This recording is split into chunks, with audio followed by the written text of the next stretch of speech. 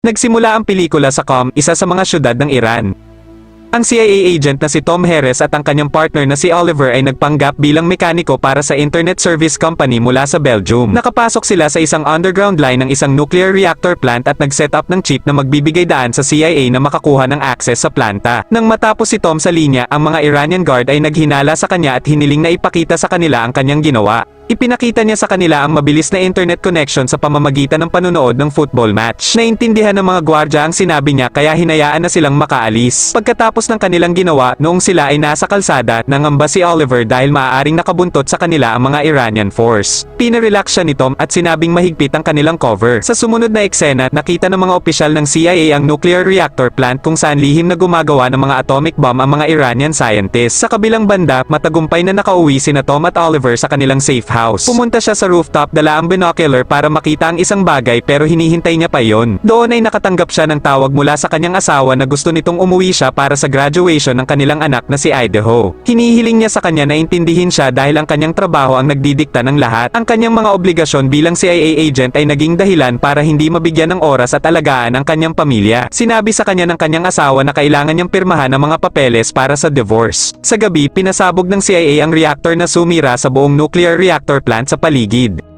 Nakita ni Tom ang makapal na usok mula sa safe house at nakumpirma na nagtagumpay ang misyon. Kasabay nito, sinusubaybayan ng gobyerno ng Iran ang isang British na mamamahayag na nagngangalang Luna Kuja sa Iran.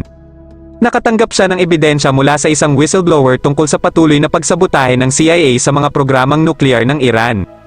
Ang mga awtoridad ng Iran, kabilang si Army Colonel Assadi, ay planong kidnapin si Luna at kunin ang impormasyon mula sa kanya. Sa safe house, nagpaalam si Tom kay Oliver at pumunta sa airport. Hiniling niya sa kanya na sunugin ang lahat bago umalis sa apartment. Kasabay nito, dinukot ng mga awtoridad ng Iran si Luna at dinala siya sa hindi kilalang lokasyon. Pinagbantaan ni Assadi si Luna na sasaktan ng kanyang anak at pinilit itong sabihin sa kanya ang lahat ng detalye tungkol sa planong pagsabog at sa mga operatiba. Sinabi niya na hindi siya isang espiya. Ibinigay niya sa kanya ang isang larawan nila ng kanyang anak.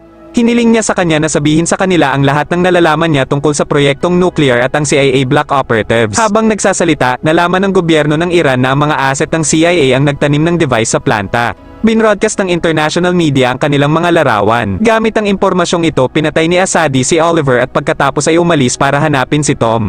Habang si Tom ay nakarating sa Dubai Airport at nakatanggap ng text mula sa kanyang coordinator na si Roman, pumunta sila sa kanyang apartment at nagtalaga si Roman ng isang bagong misyon para sa kanya, katulad lang ito ng naunang misyon pero sa ibang lugar, sa Afghanistan. Tumanggi si Tom pero nag-aalangan siya at sinabing may priority siya sa pamilya kaya hindi niya makakayanan ito. Nakumbinsi ni Roman si Tom sa pagsasabing ito ay isang 3 araw na trabaho lamang at babalik siya bago ang graduation ceremony ng kanyang anak. Sinabi sa kanya ni Roman na gagawin niya ito para sa kanyang anak na gustong maging isang doktor. Ibinigay niya sa kanya ang isang malaking halaga ng pera na maaaring magamit para sa kanyang pagpasok sa medical college. Sinugurado niya sa kanya na patuloy niya siyang tutulungan sa Afghanistan. Pumayag si Tom at humiling ng Afghan translator. Pinaalam sa kanya ni Roman ang tungkol kay Muhammad Moat na kamakailan ay bumalik sa Afghanistan mula sa United States. Ipinaliwanag niya sa kanya ang tungkol sa misyon.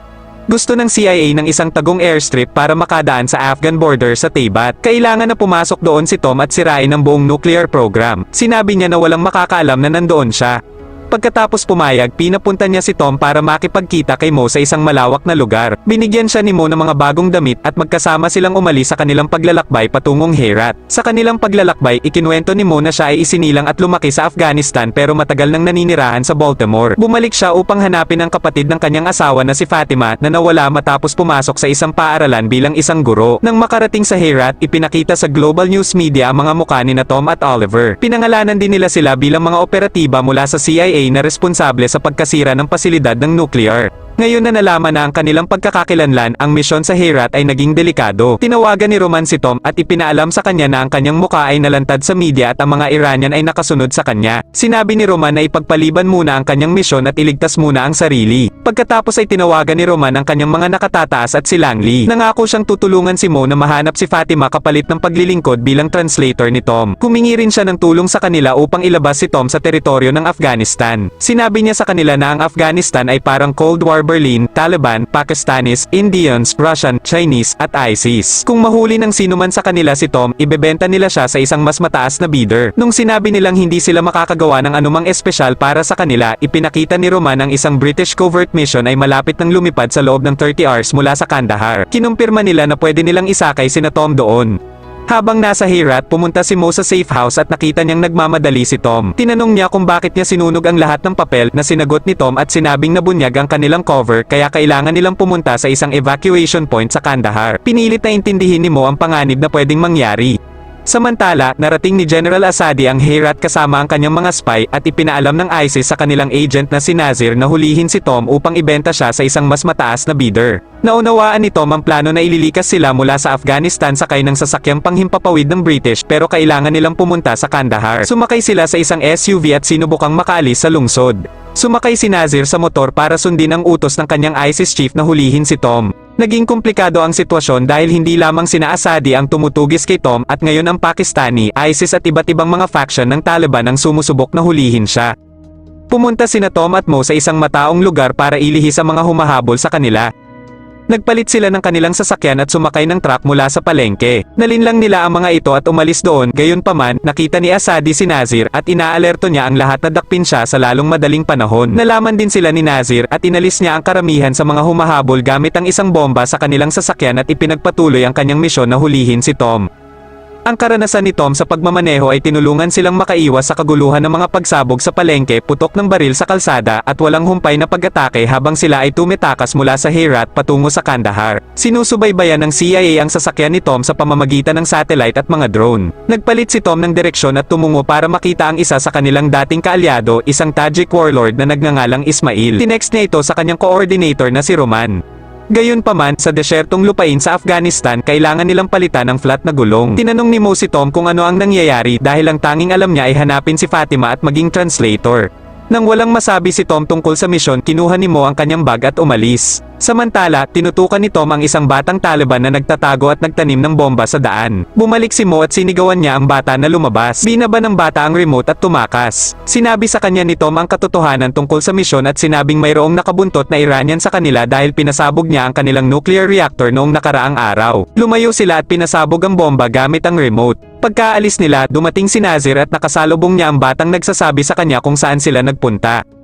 Sa gabi, nakita nila ang helicopter ni Assadi na malapit sa kanila. Lumayo sila pero kailangan nilang iwanan ang kanilang sasakyan dahil pumutok ang makina nito. Sinabihan ni Tom si Mo na tumakbo at magtago habang patuloy niyang pinapaputukan ang chopper.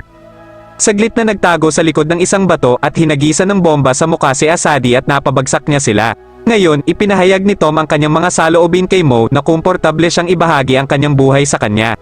Ikinwento niya sa kanya ang tungkol sa kanyang anak at ipinakita ang kanyang larawan. Sinabi ni Mo na gagawa sila ng paraan upang makabalik na siya sa kanyang anak. Nais din niyang makita ang kanyang pamilya pabalik sa Baltimore.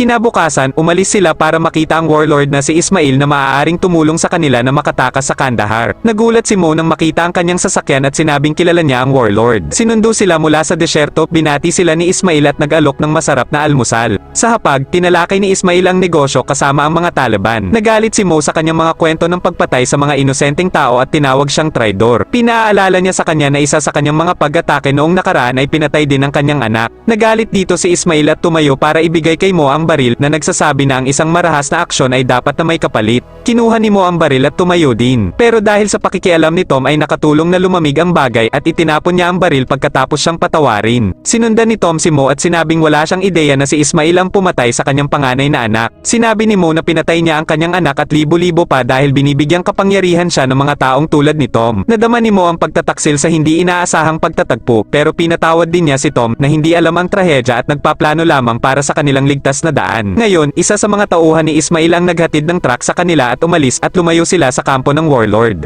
Gayunpaman, ipinagkanulo ni Ismail si Tom at ipinaalam sa Taliban ang kanilang kinaroroonan. Habang nasa ruta, dumating ang mga Taliban sa harapan nila at hinuli sila.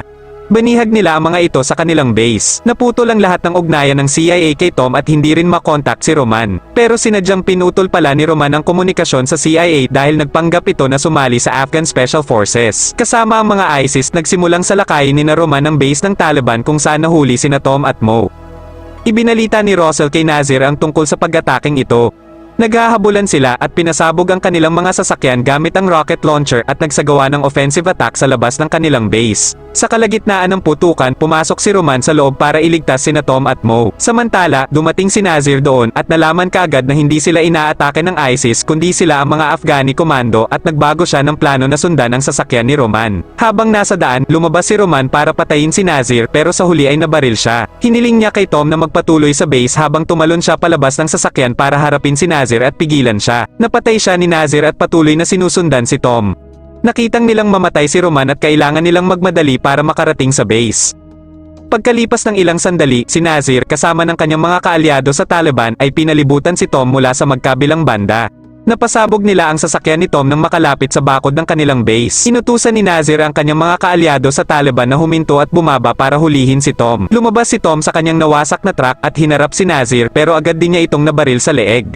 Gayunpaman, nang makita nilang napapalibutan sila ng mga kaaway, si Tom at Mo ay tinanggap na ang kanilang kapalaran at nagpaalam na sila sa isa't isa. Tumaas ang tensyon sa CIA office at gumawa ng isang malaking desisyon ang chief. Wala na siyang pakialam sa kanyang trabaho at otoridad at inutusang bombahin ang mga sasakyan ng Taliban para iligtas sina Tom at Mo. Di nagtagal ay binomba ang lahat ng mga Taliban at naubos silang lahat. Ngayon ay dumating ang ilang sundalo para iligtas sila at dinala sila sa airstrip kung saan hinihintay sila ng mga British force. Agad silang sumakay sa eroplano at labis na nabigatan ang isip ni Tom sa mga nangyari. Ang mga mukha ni na Oliver at Roman ay nananatili sa isipan ni na Tom at Mo pero alam nilang kailangan nilang magpatuloy at umuwi. Nangako si Tom kay Mo na babalik sila sa Afghanistan para hanapin si Fatima. Natapos ang pelikula ng matagumpay na nakabalik sina Tom at Mo sa United States ng ligtas. Niyakap ni Tom ang kanyang anak at masayang nakabalik sa oras para sa kanyang graduation ceremony. Nakasama muli ni Mo ang kanyang pamilya na nagdulot ng ginhawa sa kanyang asawa at nakababatang anak. Maraming salamat sa panonood at kung nagustuhan mo ang movie recap na ito, huwag kalimutang mag-subscribe para sa mga susunod pa na video.